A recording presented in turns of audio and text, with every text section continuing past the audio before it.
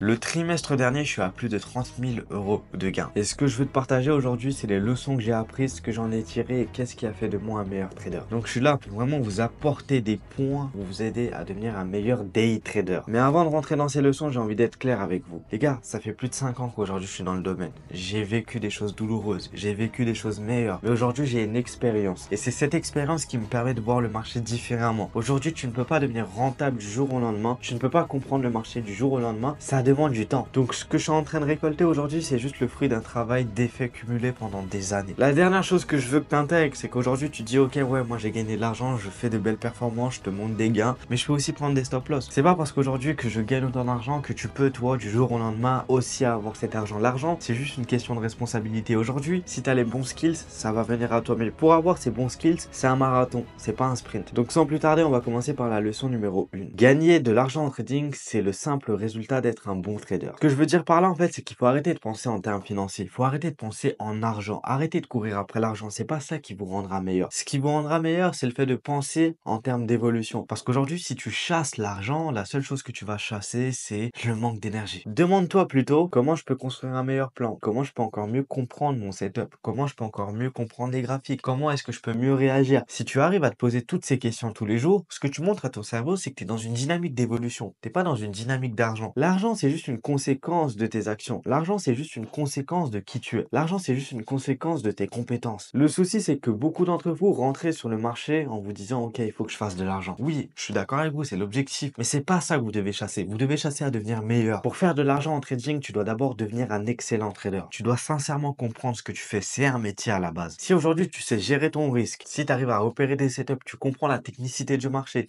si tu arrives à comprendre l'économie qu'il y a derrière et que tu comprends le plan et les mouvements de marché à travers la mécanique des marchés, l'argent, ça va être une suite logique. Donc, oublie vraiment le résultat financier et focus-toi sur le process. Leçon numéro 2, tu n'as pas besoin de trader tous les jours et tu as encore moins besoin de faire de l'argent tous les jours pour te prouver que tu es un trader. Sur le trimestre dernier, j'ai pas tradé tous les jours. Il y a même des journées où j'ai pris des stop loss. Il y a des moments où j'ai eu l'enchaînement de stop loss, les gars. Oui, ça m'arrive. C'est-à-dire qu'aujourd'hui, je vous montre des gains à travers les vidéos pour que vous puissiez comprendre des concepts. Mais moi aussi, aujourd'hui, je peux subir des pertes. Il y avait aussi des journées où le marché n'offrait rien, il n'y avait pas d'opportunité. Et c'est normal parce que le marché ne donne pas d'opportunité tous les jours. Comprends ça. Certains jours, tu vas perdre. Certains jours, tu ne feras rien. Et c'est mieux que de forcer à perdre ton capital. Reste plus dans cette dynamique de protection que d'aller chercher plus. Parce que si tu respectes tes probabilités et que tu as ton plan de trading, ton equity curve, c'est-à-dire ta courbe de rentabilité, ne fera qu'évoluer tranquillement. Mais aujourd'hui, si ton graphique d'equity curve, c'est un yo-yo, c'est qu'aujourd'hui, tu es un mauvais trader. Montre-moi ton equity curve, je te dirai si tu es un trader rentable ou non. Un trader rentable, c'est quelqu'un qui est périn sur le long terme, qui arrive à affronter ses pertes et surtout qui arrive à bien gérer ses risques. Donc, sois à l'aise avec l'idée de ne rien faire. Leçon numéro 3, tu dois savoir quand être agressif et jouer la défense. Le mois dernier, il y a eu des journées avec des opportunités à foison, des journées où vraiment il y avait beaucoup d'opportunités. En fait, c'était le moment de savoir se retirer parce que des fois, quand il y a trop d'opportunités, il faut juste savoir filtrer. Trop trader, les gars, c'est pas bien. Mais à l'inverse, il y avait aussi des journées où il y avait rien. Donc psychologiquement, c'est un autre seuil. Quand les opportunités sont là, tu dois savoir réfléchir en probabilité et filtrer les meilleures opportunités. Vise surtout la qualité et non la quantité. Mais quand il y a rien, pense à protéger ton capital. Shift ton mindset. Aujourd'hui, c'est pas parce que tu ne prends pas une opportunité que tu perds du temps.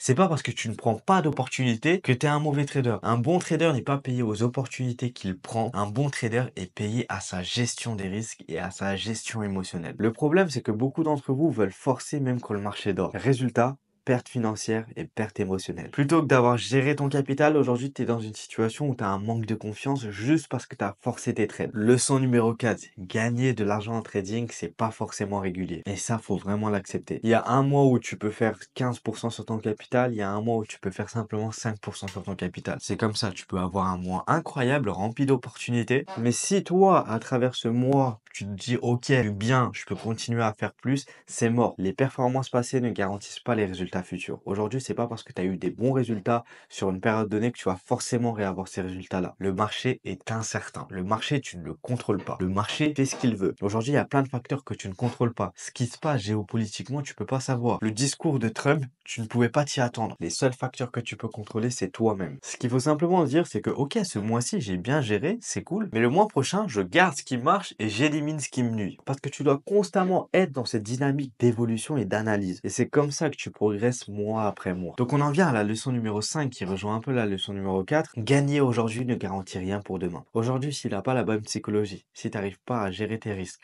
et surtout, si tu es impulsif face au marché, c'est pas parce que tu as gagné hier que tu vas gagner demain. Tu peux avoir un bon jour, ça ne veut pas dire que demain sera vert. Tu peux avoir un bon mois, peut-être que quelques jours après, tu seras dans le rouge. Et quand je dis dans le rouge, c'est pas que tu es en perte, c'est que tu connais quelques séries de stop loss. Et ça peut arriver. Donc si tu fais 2000 euros en une journée, ne va pas risquer 8000 euros le lendemain. Sois constant dans ta gestion de risque. Et surtout, chaque journée est indépendante. Chaque journée, c'est une autre bataille. Ne laisse pas ton bon ou mauvais jour te suivre. Chaque jour commence frais avec de nouvelles opportunités. Leçon numéro 6. Maîtrise 2 à 3 setups.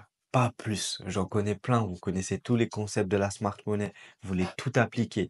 Quand vous voyez un graphique, vous voulez chercher les order blocks, les breaker blocks, les mitigation, les POI, la prise de liquidité, les pin bar angle band. Vous voulez vraiment tout attendre. Mais aujourd'hui, il faut que tu apprennes à catégoriser tes types de setup. Tu peux avoir un setup de type A, ça va être ton setup où il y a toutes tes confluences, mais tu peux aussi avoir un setup de type D, c'est-à-dire que ça va être un setup avec moins de confluence, mais toujours valide dans l'esprit du trading. Toi, tu dois savoir réagir à ce que le marché fait. Aujourd'hui, tu peux prendre un setup qui n'a pas non plus toutes les confluences, mais qui est quand même valide. La seule chose qui va changer, c'est ta prise de risque.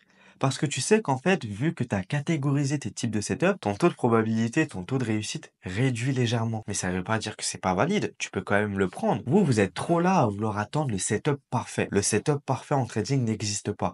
Aujourd'hui, tu peux avoir un setup de type A avec tes meilleures confluences. Tu peux faire ta meilleure analyse, mais tu peux te manger un gros stop loss. Parce qu'encore une fois, le marché est incertain. Donc, t'as pas besoin de 10 setups. Commence par choisir tes marchés, choisir tes unités de temps, choisir tes outils, construire ton playbook autour de ça. D'ailleurs, les gars, si vous voulez que je vous apporte un template complet, gérer son playbook, pour gérer ses positions, pour avoir un journal de trading complet, faites-le moi savoir en commentaire et je vous préparerai ça pour une autre vidéo. Une fois que tu as fait tout ça par rapport à tes setups, tu as juste à backtester, pratiquer, comprendre tes conditions d'entrée et de sortie et tout va rouler. Moi, la majorité des gains que j'ai fait, c'est sur 2-3 setups max, Je cherchais pas plus. Il y a même des setups que j'ai enlevés carrément parce que j'ai vu qu'au niveau de les probabilités, c'était pas top. Et ça vient de mon travail d'analyse de data. C'est pour ça qu'on en vient à la leçon numéro 7. Tu dois constamment analyser ton plan. Tu dois constamment l'optimiser. Tu dois constamment te poser des questions sur quel est le win rate. En quoi ce setup fonctionne? Est-ce que ce setup est fonctionnel? Qu'est-ce que je peux modifier? Aujourd'hui, au niveau de ma technique de marché, est-ce que réellement je comprends mieux ce que je fais? Tu dois réfléchir comme un chef d'entreprise. Aujourd'hui, si tu ouvres une boutique de parfumerie, par exemple, ce que tu vas faire, c'est que tous les trimestres, tu vas analyser ton stock, faire la comptabilité et te demander, OK, qu'est-ce qui est sorti, qu'est-ce qui est rentré, qu'est-ce qui t'a rapporté et qu'est-ce qui t'a mis en perte. Et imaginons qu'aujourd'hui, c'est le parfum Dior Sauvage qui t'a le plus rapporté par rapport à Paco Rabanne. Tu vas réduire le stock de Paco Rabanne et augmenter le stock de Dior parce que c'est ça ta force. Et c'est sur ça que tu fais beaucoup plus d'argent. Alors que l'autre élément te rapporte plus une perte qu'autre chose. Donc la question que je te pose, c'est pourquoi se concentrer sur quelque chose qui te rapporte de la perte? Ça n'a aucun sens. Tout ça, ça vient de l'analyse de data. Prends le temps de toujours tout analyser et de tout checker pour savoir qu'est-ce que tu peux optimiser, comment transformer tes faiblesses en force. Leçon numéro 8. Prépare ton plan et journalise tes trades. Avant chaque session, il faut que tu prennes le temps de faire ton game plan. Regarde les données économiques, regarde les zones clés, regarde le sentiment du marché. Et avec le temps, tu vas de plus en plus comprendre ce qui se passe sur les marchés. Puis après la session, la seule chose que tu as à faire, c'est de comparer ce que tu avais prévu et surtout ce que tu as fait. Ensuite, d'analyser pourquoi tu as dévié de tout ça. Et tu vas voir que souvent, c'est émotionnel. Le journal de trading, c'est un miroir. Il t'apprend autant sur toi que sur les marchés. Aujourd'hui, les graphiques, c'est juste une résultante de qui tu es. C'est pour ça que je dis toujours que pour devenir un meilleur trader, il faut devenir un meilleur homme. Commence simple, mais commence. Sans data, tu voles à l'aveugle. Leçon numéro 9. Sur 20 jours de trading, peut-être qu'il y en a seulement 50% qui sont bons. Et encore, je suis gentil. Sur 20 journées de trading, tu n'es pas obligé d'avoir 20 journées gagnantes ou 20 journées où tu as des opportunités. Ça, c'est mort. Sur 20 journées de trading, si tu as simplement 6-7 journées avec de bonnes opportunités, ça suffit à faire ton mois. Donc si tu gagnes rien pendant 2 semaines, des fois c'est normal, ça sert à rien de se casser la tête. Ces 14 jours sont le prix à payer pour avoir la récompense des 6 jours où tu as tradé comme il se doit. Leçon numéro 1, le marché il a toujours raison. Tu peux avoir ton plan, tu peux avoir tes convictions, mais aujourd'hui il y a des facteurs que tu ne contrôles pas. Ce qui peut se passer dans l'économie, c'est incertain. La seule chose que tu peux contrôler, c'est ce que toi tu fais sur le marché, tes réactions et les probabilités de ton plan. Si le marché fait autre chose, c'est à toi de t'adapter. C'est pas le marché qui doit s'adapter à toi. Vous attendez trop à ce que le marché vous écoute. Mais le marché ne vous écoute pas, il sait même pas que vous existez. Vous représentez juste un grain de sable parmi tout l'argent qu'il y a. L'adaptabilité, c'est l'un des soft skills les plus importants dans ton trading. Tomber amoureux de tes idées te coûtera très cher, surtout si tu n'es pas prêt à les lâcher au bon moment. Donc pour conclure, j'espère que après cette vidéo, tu vas vraiment prendre le temps d'introspecter et prendre le temps de comprendre ce qui va et ce qui va pas. Je suis là pour sincèrement faire de vous des traders rentables sur le long terme. Faire du one shot, ça m'intéresse pas. Si demain tu viens me voir et que tu me dis que tu as fait un payout et que le mois d'après, tu as cramé ton compte, t'es pas un trader. Réfléchis sur ta psychologie, réfléchis sur ta gestion, réfléchis sur ton plan, réfléchis sur tes probabilités. J'espère que cette vidéo vous a apporté de la valeur. Si c'est le cas, bombardez la barre des pouces bleus. On se retrouve pour une prochaine vidéo.